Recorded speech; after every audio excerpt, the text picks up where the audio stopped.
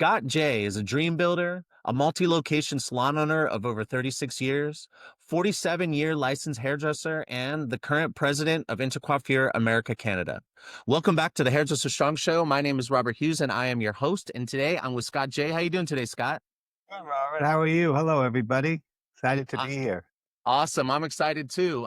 Scott and I, everyone listening and watching, Scott and I met. We were actually introduced by Gordon Miller. So, what's up, Gordon? Thanks for making this happen. We chatted, and I really like talking to you, and I'm really excited to have you on the show today. So, thanks so much for being here. Oh, you're very welcome. I'm excited to talk to you. Meeting you was insightful for me. I think you're doing amazing work for the hairdressers out there in the world, and I appreciate it. Well, thank you very much. I appreciate that. So we were talking before, let's jump right in, but like before we get into your origin story, we were talking before we started the recording here, like off camera, and you were mentioning that you had how many salons at one point in Manhattan and how many you have now? Yes, I had 5 locations in Manhattan. I grew to 5. I had 1, and then it slowly grew as I had opportunity came my way, and I ended up with 5 locations in Manhattan and Brooklyn. And now I currently have 2 locations. Nice. I went full circle, and I'm kind of streaming down a little bit and making 2 powerful ones. Love that. And you're now president of Intercoiffure America. Like how did and you know, I don't want to I know I wanted to start with the origin story, but just to give a little bit of context before we get into it, can you tell us just like maybe like a 30,000 foot view of what like what you want to say about that? Like I feel like we'll get into it more later, but like president, intercoiffure, what does that mean to people who maybe not familiar? And why did you like with every where you're at in your career, like wow, what is the why behind that, I guess? Sure. Well, the why is always about serving the industry because it's done so much for me. And when I started, which we'll talk about, early on, it's given me more than I ever thought imaginable. So it's my turn to give back. Intercoiffure America Canada is a global association. We're the North America section of a global association for hairdressers. And we are basically the only community for employee-based, salary-based salon owners. And Nice. so it's really about where the best of the best come if you have employee-based and salary-based salons where we can help each other rise and work with our brand partners to better our best and to help the next person learn how to do it to create small business in this country. Awesome. I love that. Okay, so I look forward to hearing more about that. Let's get into the origin story. So, like, tell us. You had it sounds like a very exciting and robust and very successful career, and so far, and it sounds like you got so much more coming down the pipeline. How did this all get started? Yeah, I never imagined where I'd be today. And I guess if I thought about it, I probably wouldn't have allowed myself to be here because I would have been too fearful. So my first thing is, go with your instinct, go with your gut, trust.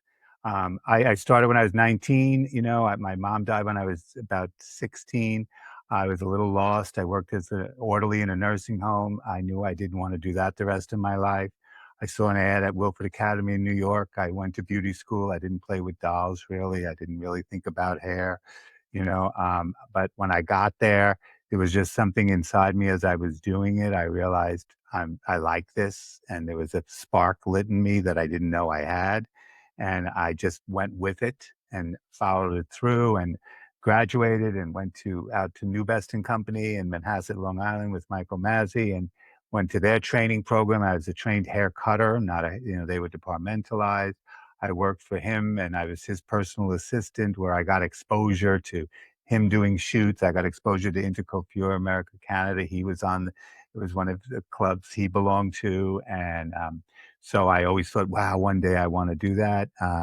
I finally felt I had to move on to Manhattan. I wanted to move out of Long Island. So I went into Manhattan and got a couple jobs, got a couple of experiences, just what it was like out there in the Manhattan world, realized that I needed to be train myself to do hair color too. that to be departmentalized in Manhattan. The guy next to me was making more money doing less people doing color. So I was like, I got to learn how to do this myself. So I trained myself, and I went to classes and I learned. And education. Michael has always instilled education in me when I was at New Best. So I still believe in education today. I still like to go take a cutting class, even at 66 years old. I like to be humble enough to have someone say, "Scott, you dropped the guide." I really believe that learning never ends. When you stop learning, you really don't live anymore. So, I went into New York. I worked in a couple salons. I had an opportunity to purchase a 450 square foot salon on the Upper West Side. I purchased that, um, and um, four of those people that were in that salon are still with me today, which Wow, is kind of amazing. amazing. And I went there, and then I used the opportunity. And 1 year later, we expanded down to the south side of 72nd Street. And when I bought it, I really had no money. And this the real story is that I had to move out of my apartment in Manhattan because I couldn't afford it, and I had to live with my friend's aunt. At that time, she lived up on 97th and Riverside, which was very scary to be at 30 something years ago. And I sublet my apartment, and my apartment was right near ABC Studios. And one of the people that worked in ABC for Good Morning America um, sublet my apartment. And then she was moved and transferred to Oprah Winfrey, the Oprah Winfrey Show in Chicago. And she called me about 3 months later and said, "Scott, I can't find anybody to cut my hair. Can you come out to Chicago if I get you on the Oprah Winfrey Show? Will you cut my hair?" And I was like, "Are you kidding?" And she said, "No." And the next day I was on a flight. And Oh so my those are gosh. those opportunities, and Yeah. I'm telling you, being on that changed the trajectory of my business, changed the trajectory of my life. I ended up being on a lot of other TV shows, Gordon Elliott, Ricky Lake. At the time, they were all talk shows, and the circuit just picked me up, and I was just doing. And to me, that's how my whole career has been. And one of the best things I could possibly tell someone younger than me is, just say yes to mostly everything, and don't think about the money. Don't think about how much they're paying me. Just do it. And you never know who you meet and where those conversations and those meetings will take place. And so, once I did Oprah Winfrey, I was amazed how many people didn't work because everyone recognized my voice, and the phones were ringing off the hook because my salon was the same as my name, Scott J. So they knew where to find me. And then when Oprah replayed it 3 or 4 years later, I got another surge of the same thing. And it was an amazing, that whole editorial piece of my career happened just because it was not something I searched out. It was something that just happened because I said yes and talked to Totally. people. That's And amazing. I grew from the one location at 450 square feet. We had to five locations. The biggest location was 2,500 square feet, and we had the most I had is 240 employees at one time, with a Wow. call center and a management company, and all of this uh, with a high school GED because I was a Wow. high school dropout. So this is amazing. Okay, so let's go back a little bit. Let's go back to so you when you decided that you were going to get into doing hair, how many different people did you work for? Did you just work for the one person up until you opened your salon? Like what was like did you jump around or like move I, around? I Michael Mazzi and Nubes was where I got my full training. So I was there Okay. probably, 3 or 4 years of solid training because by the time I got good enough for Michael, he didn't want to let me go Yeah. to cut on my own because he didn't have to tell me what to do. And then when I came into Manhattan, I jumped around a little bit just because I couldn't find the groove of Manhattan. It was a completely different thing. People were accusing me of stealing clients, and I didn't have any concept of what you were talking about. So I worked, at 3 or 4 different places that all taught me things. I believe all life is all about lessons, and whenever you're there, even if it's not great, there's a lesson to learn and something that changes and shapes you. And so I learned some great management skills as I went around. I learned some great people skills. I still, up until probably 10 or 11 years ago, I still cut my very first client that I brought in from Long Island that still followed me. What? Yeah, Wow, so that's amazing. relationships run deep, Totally. and I still, I walk around my salons now and I still see clients that I did 40 Wow. years ago that are still coming. That's amazing. I love that. So you when you jumped around, you kind of like figured it out, like real quick, can we just like can you shift the camera a little bit because the light in the background's creating a glare. Yeah, perfect, perfect. We have we have a lot of people that we talk to like day to day, and people always want to know like how do you and I mean, tell us what the first, and you can even speak as a salon owner, but like how do you, like what advice do you have for say the student or the stylist who's pivoting out of a suite and going back into a salon, which is like totally, it's happening at a much bigger way than I thought it would. I mean, I expected it, but I just hearing some big name people are pivoting into salons from suites, like which, when people make the decision that they want to focus on a different part of their career, they don't want to focus on the business part, or maybe they want to, maybe some of them are going into partner with a person in a salon, whatever that these people are doing, whether they're a student or they're a person pivoting, or maybe they're a stylist that's just moving into a new area like you did. What advice do you have for them who are like, what am I trying to ask? What advice do you have for those people when they're looking for the place that they want to like settle down and like start really building that clientele, or call their salon home, if you will? Yeah, I mean, listen to your gut. There's so many times, my intuition, it sounds so cliche, but your intuition knows what you like and what you don't like. And we sometimes try to intellectualize things, and our instinct says one thing, but we say, no, this is going to be great. It's got money. It's got this. It's got the shiny object. But Right. inside our intuitiveness says, mm-mm. And we don't listen to it. We just bypass that and go and either go from our heart or our head. And, so really listening, your instinct is usually your first choice is usually the correct one, especially if it's there. So for me, it was about really saying yes, looking at what I really wanted. And, yes, I think there is a big shift back to the employee-based salon because of the community that it brings, the extra work that it's a collaborative effort instead of it being a one-man show, Well, and also the I part I that, I sorry, go ahead. Go no, ahead. I No. talk to my team about building a brand within the brand. They have their own brand within the Scotch A brand. And Yeah. I have 36 hairdressers. I have 36 business partners that work with me. And each one of them, I have a one-on-one relationship. Then collectively, we win big. I love that. And I so think that that's that the is kind the of winning philosophy. mindset for sure.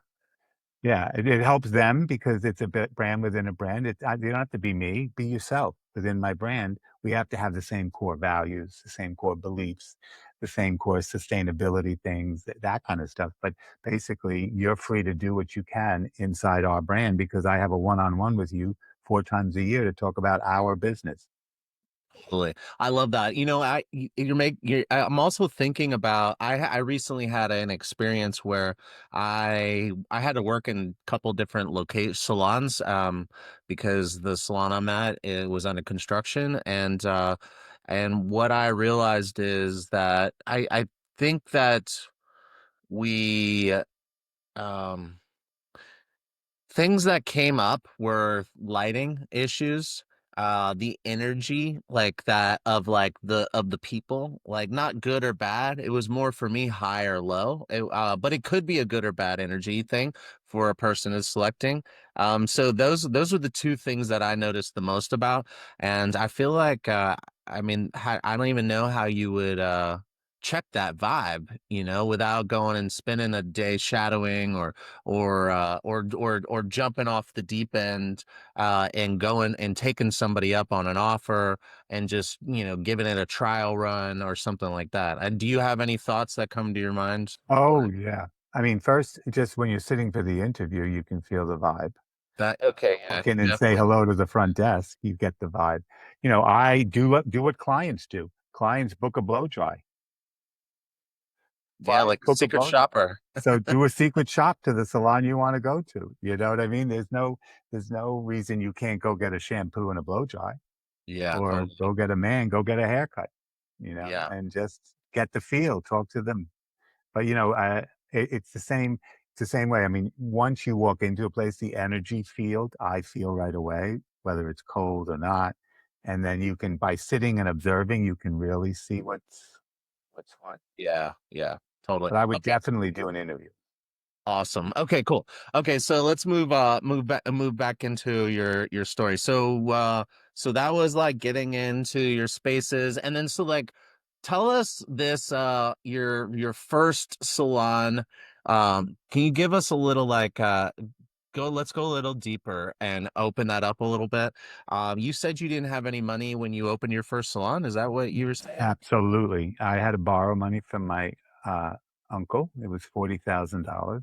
Okay. I borrowed, and he lent me the money, thank God, Nice. and, with interest from the second he signed the check, so it was very business transactional. It was Nice. not Okay. just, "Here's the money," Right. which I appreciate from my uncle, and I've passed those lessons on to my niece and others that I now mentor.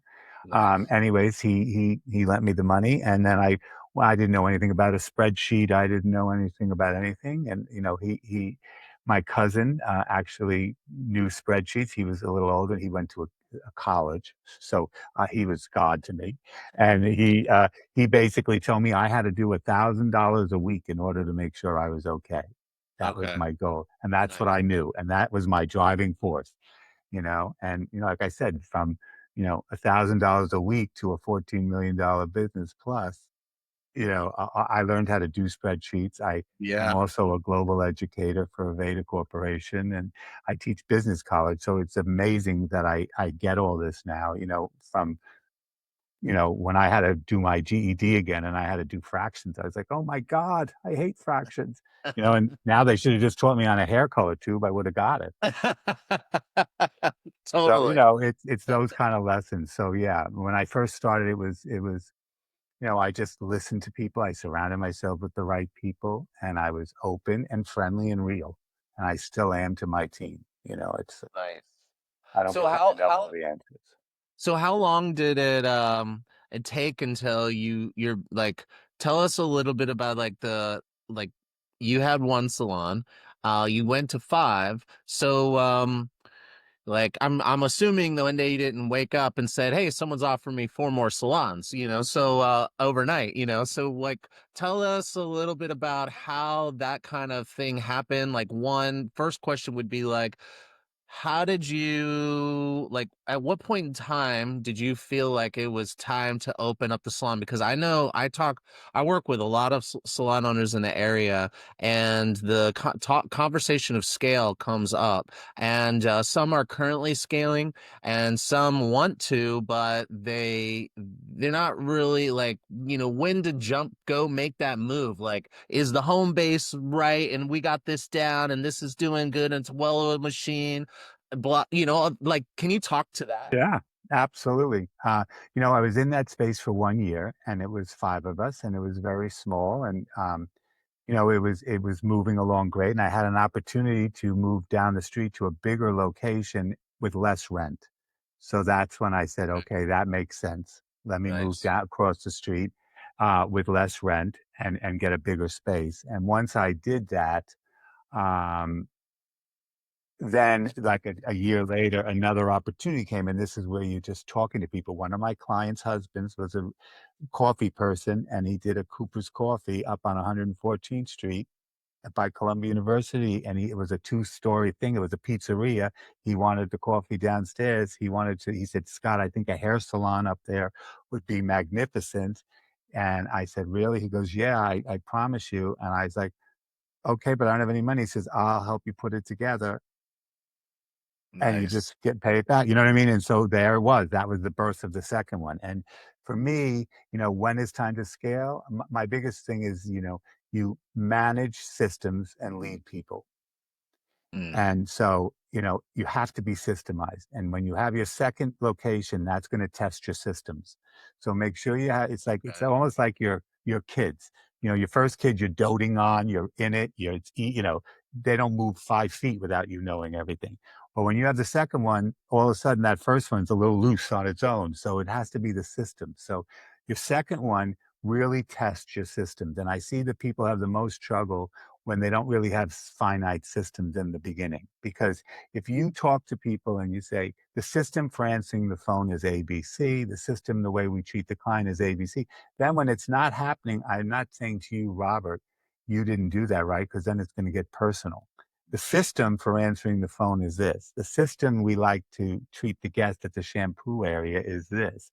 And so I'm talking to you about the system, not about you personally. So creating systems on all aspects of your salon is the first thing, because when you scale, the second one is going to test those systems to the pulp, and you're going to Okay. have to fine tune and see where you it was easy because you were there, but you're not there now.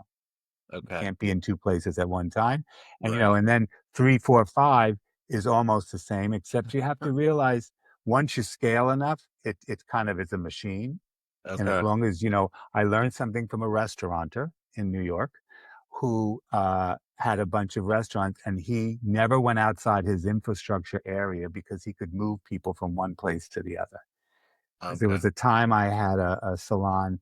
One of my five was out in Bridgehampton, Long Island, and that was 90 miles outside of New York. And that really tested my systems because that was a whole nother culture that I had Right. to build. Every salon has its own feel, but that was a completely different culture, which took a lot different energy out of me. Interesting. That's so good. You know what? That I think that's great advice. I actually am thinking of someone right now who is looking at a second location, but the distance is pretty great, and so it make it, that's so good. Okay, Um, that was so good. I feel like that's going to be so valuable for so many people. Like, go for the second business to test your systems, and you'll know whether or not you're ready to go beyond that. I guess that's kind of Yeah, what I did definitely for me. would not do absolutely. Well, the second one tests your system. So that one to be far away would be crazy. Right, right. You know what Yeah. I mean? Like Yeah, I yeah. remember I used to swim at the gym with Louis Lacari and Rodney from and we used to be hairdressers rule. And I would see Louis Lacari come off a plane and we'd meet in Whole Foods and he would just fly had flown in from California. And it was like he was like, I said, I don't know how you do it across the country. I only go 90 miles. You're right. We'd have our whole conversations around that. It was funny. Oh, this has been so great. I feel like I could talk to you for so long, but just to kind of keep attention on the time, I want to kind of like okay, so that's we got like getting into the right place as a stylist, we got opening up the first location. We talked about scaling. We got some advice on that. I imagine there's probably so much more. I guess first question is, how much time do you have, just to keep moving forward? Oh, I could go till a little bit after 3:15 or something. Okay, perfect. Okay, it's cool. All right. So just like because I'd like to kind of tie off the part where a part of your story of the kind of scaling, because like you got to five locations, and so I would like you to talk a little bit about that, what you kind of what you think your secret sauce was. I mean, maybe secret sauce is the wrong word because that's No, it's like perfect. okay. All right, cool. So what was your secret sauce? And then I want you to talk about the pivot from five into kind of where you're kind of leading into now, where you kind of you the reason for downsizing, why the pivot and why how that's afforded you to do other things, and like talk a little bit about the money because I know some of the backstory because we've already had this conversation, and that's why I'm hoping that you can kind of take us on that journey because I thought it was so good when I heard it when you and I talked privately. So, okay, so you want me to first, the question is, how did I grow to 5? Yeah, like The you got secret to 5. sauce. Yeah, Secret you went sauce, uh, the was 2 make education. sense. Okay. Education. Secret sauce was education. I was a firm believer, I still am a firm believer in education. I've always had an education program within my salon. No one really I think in the 30 plus years, I think there might have been 3 or 4 people that ever came from the outside and started to work at Scott Jay behind the chair. Okay. Everyone else has come through my education program and been trained by me and my Okay. team and understand the culture and the philosophy and who we are. And that's why I have majority of my people with me anywhere from 18 to 32 years, according, and also some new people that are with me 1 to 5. Nice. So Okay. the growth has been through education, through my education team. You know, the only reason I kept opening up stores was to give these places people opportunity. While I love the industry and I love Manhattan, I don't want to give all of my people to the other salons. So Right. when I had enough and I couldn't see any opportunity within the locations that I had, I would open another store to give them, because there's nothing more fulfilling now to me than watching a young person create a career of 6 figures or more and live a life and do vacations. I remember explicitly my first Christmas party when I was in that 450 square foot salon. I went into my that rental apartment that I was uptown because I couldn't afford to live downtown, and I had a lobster dinner for 12 people that worked for me. And I remember looking around and thinking, "Oh my God, these people rely on my business decisions to live their life." And that pressure has never left. You know, that every day my decisions impact the 98 people that work for me, their vacations, their kids' tuitions. I have, people that have bought homes, grandchildren, how they support everybody. So that piece is why I grew, because I love to give that opportunity. I love to see a woman who goes through a divorce and then lives and has kids and survives and makes 6 figures, supports her family, goes on vacation, buys a home, all because we work together in Scott J. That's the magic. And that's what propelled me to move bigger. But education, without an education program, I wouldn't have had the opportunities or the manpower, because I could just move people and instantly open another location and move someone from here and there. And because I was in Manhattan, so it's only 4 or 5 miles, whichever way you look. If I moved to the east side, I just moved 3 people over there. So my east side location came up with something.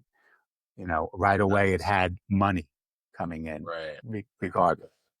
Nice. Love that. Awesome. Awesome. So so you grow the to the 5, you have this robust education, building careers and impacting lives, and sounds incredible. So tell us, at some point it was time to pivot.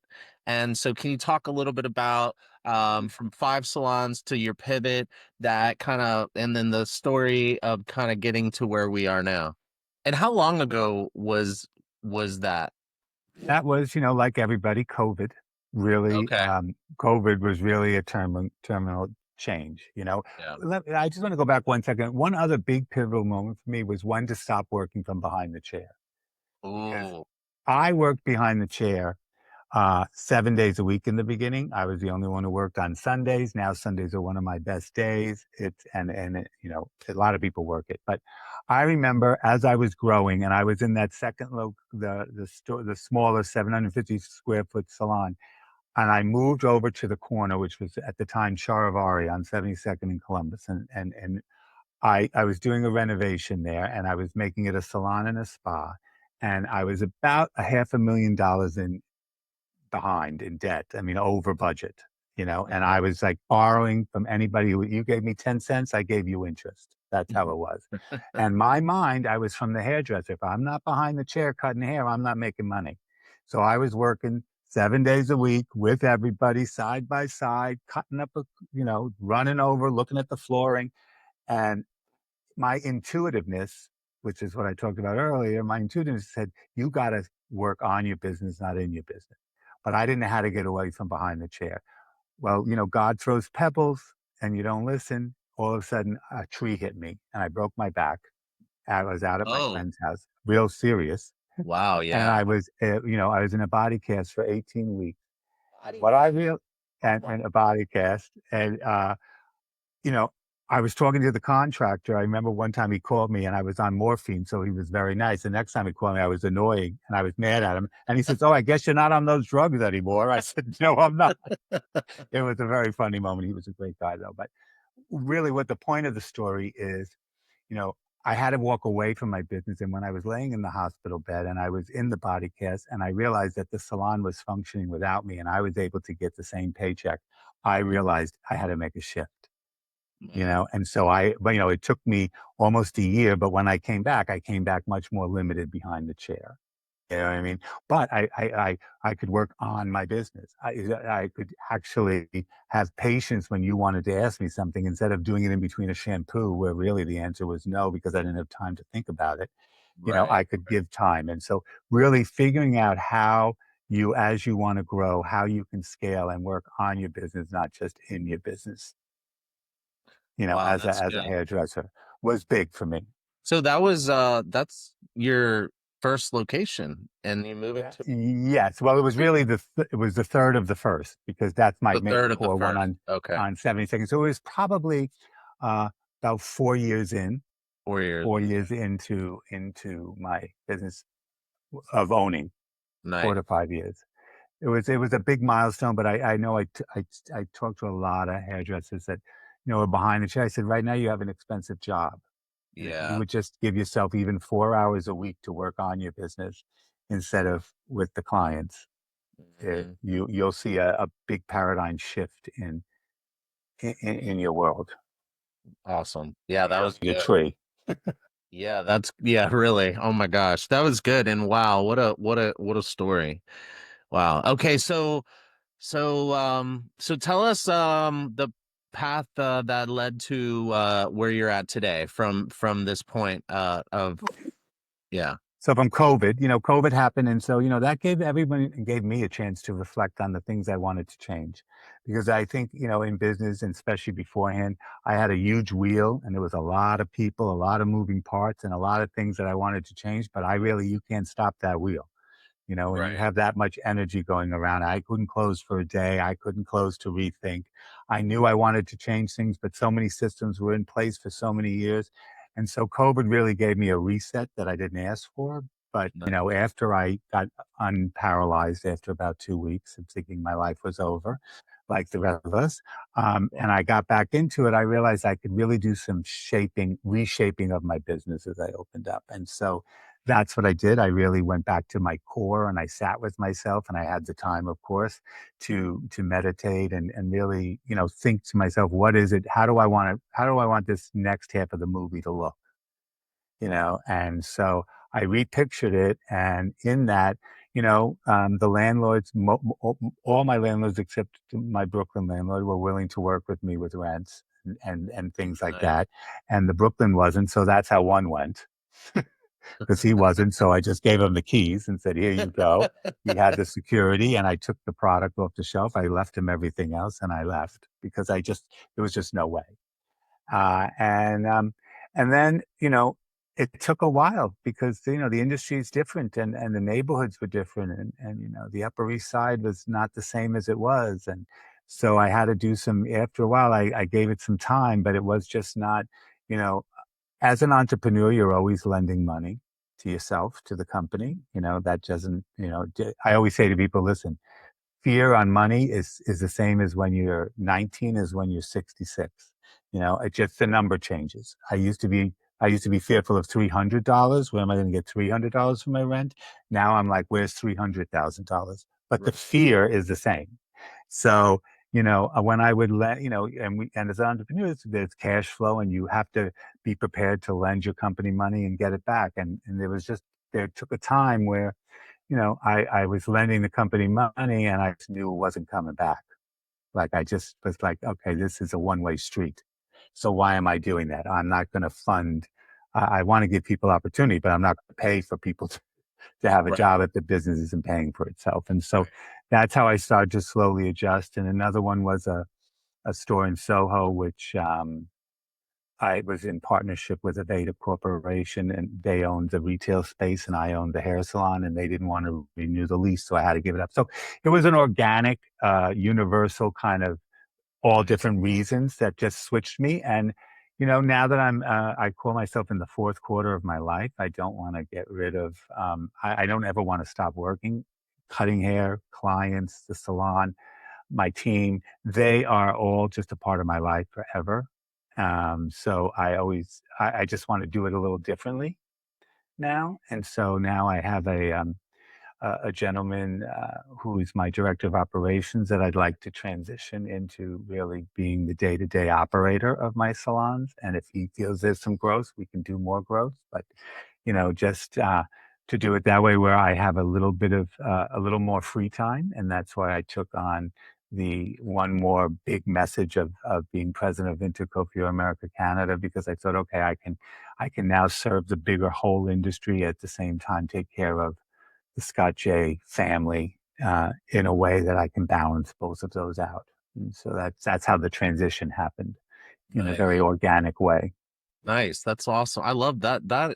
It's lovely. So tell us, now that we're that this by the way, this has been really great. I'm super happy myself that I was able to just kind of get your story and hear all this. This has been, and I know that the people listening and watching are going to get so much value out of your experience, because it's kind of like education through storytelling, and then your pieces of advice and your lived experiences are gonna bring a lot of value to a lot of entrepreneurs in this industry.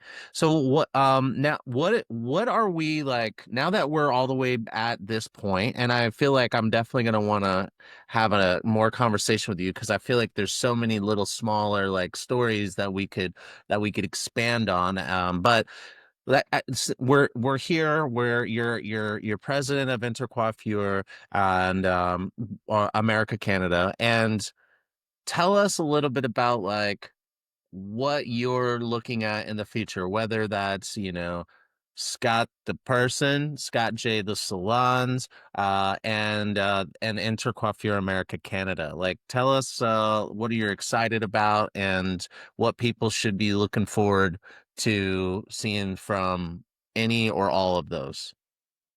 Sure. Well, I'm really excited from an Intercoiffure side about just creating a community where everyone can live under it, from the student going to beauty school to the teacher to the member, to the salon owner, to the staff of the salon owner, to the team, and where we can all live under one roof and really elevate each other in the industry to be the voice of the salon owner, the voice of the employee-based, salary-based salons, because that voice has to be there. The schools are going through some challenging times now. Right. Manufacturers and brand partners have have a new network to look at, and we have a new way in which we have to look and grow our businesses. So I think community is more necessary now than ever. And to be around like-minded people, that's where the conversations happen. There's a fantastic book. I'm a certified educator for Fierce Conversations by Susan Scott. And in one of her books, one of the principles is the conversation is the relationship. And so, I think you have to be in conversations in order to grow and in order to expand. And so I really feel that now more than ever, we have to build this community. So I'm building it with. I'm so grateful Gordon Miller is now our general manager of Intercoiffure America Canada, and helping me to really put some legs to lots of different ways for us to communicate as a community, so that we can support each other, because you can't do it alone. Meeting you has inspired me. So, if I didn't meet you, I wouldn't have certain things that inspire me. And I love the messaging you're doing. And so together we can really bring the industry up. And when one wins, we all win. Absolutely. So, and Scott Jay's the same. I still look for the opportunity for my team to prosper. And, some of them make amazing money in 3 days, because that's what they want to work. You know what I mean? And sometimes I wish I were them. I know, Because right? they don't have the responsibility, you know what I mean? I could take the 6 Amen. figures and, 4 days a week, go home and not worry about it, and know Oh, that the business is gonna be there, which is where I think that shift in the independence coming from. It's like, if you're working for the right owner and you're working in the right space, uh, you are your own independent worker amongst workers under the roof of Scott J. And, Right. you get to go home and not worry about the towels or the client texting you on the telephone. I have a call center for that. I have a receptionist for that, and so I take all that part away, the insurance, the taxes, we need new stuff. We ran out of this. I got to go to Sally's. All that stuff goes away. And so I think, that's to me, it's about serving. And that's what I want to do until I don't serve anymore. I think serving others fills my cup. And when I can fill my cup that way, why stop? Nice. Awesome. I love this. I love it. So, where can people find you, and or more information about the things that you're doing? This is a chance to kind of like, plug anything, any of the stuff projects you're doing, or maybe there's something upcoming, or maybe Oh, it's well. just like the URL where people can kind of learn more. And They we'll, can go to the website. Intercoiffure America Canada website has everything, and okay. you can sign up for our newsletter there, which will give you all the things we're doing from our owners forums to we're doing a show in Montreal, a business forum in May, which is going to be Nice. amazing. We're going to be doing a fall atelier at the Hilton, which is more artistic. But we're coming out with podcasts and weekly newsletters. So if you just sign up on the Intercoiffure America Canada website, you'll get all that. ScottJ.com is my handle for Scott J stuff. We're in Manhattan. Come by, say hello. You know, um, my Awesome. my my Instagram handle, which is not the greatest because I don't do the best postings, but is Dream Builder because that's what I consider myself, a dream builder. So So it's Dream you're Builders go ahead. Dream Builders what? is my Instagram handle. Dream Builders, that's a pretty good Instagram handle. Yeah. Yeah. Well, that's what I try to do. That's my purpose now. Scott J underscore Dream Builder. Scott Jan. Okay, cool. Well, and we'll include all of that in the description below, so people can have it easily accessible. So don't worry if you're listening or watching and you didn't write it down. You can just click on the stuff in the below. This has been an incredible conversation. Thank you for going a little over, and I'm sorry I ran a little behind. But this is like, I definitely look forward to talking to you more in the future, but this has been great. I loved it. Anytime. I love to share. I love to help, Awesome. and Awesome. I love to learn. Yes, yes, I love that. Me too. Well, until next time, I'll see you later. Thank you.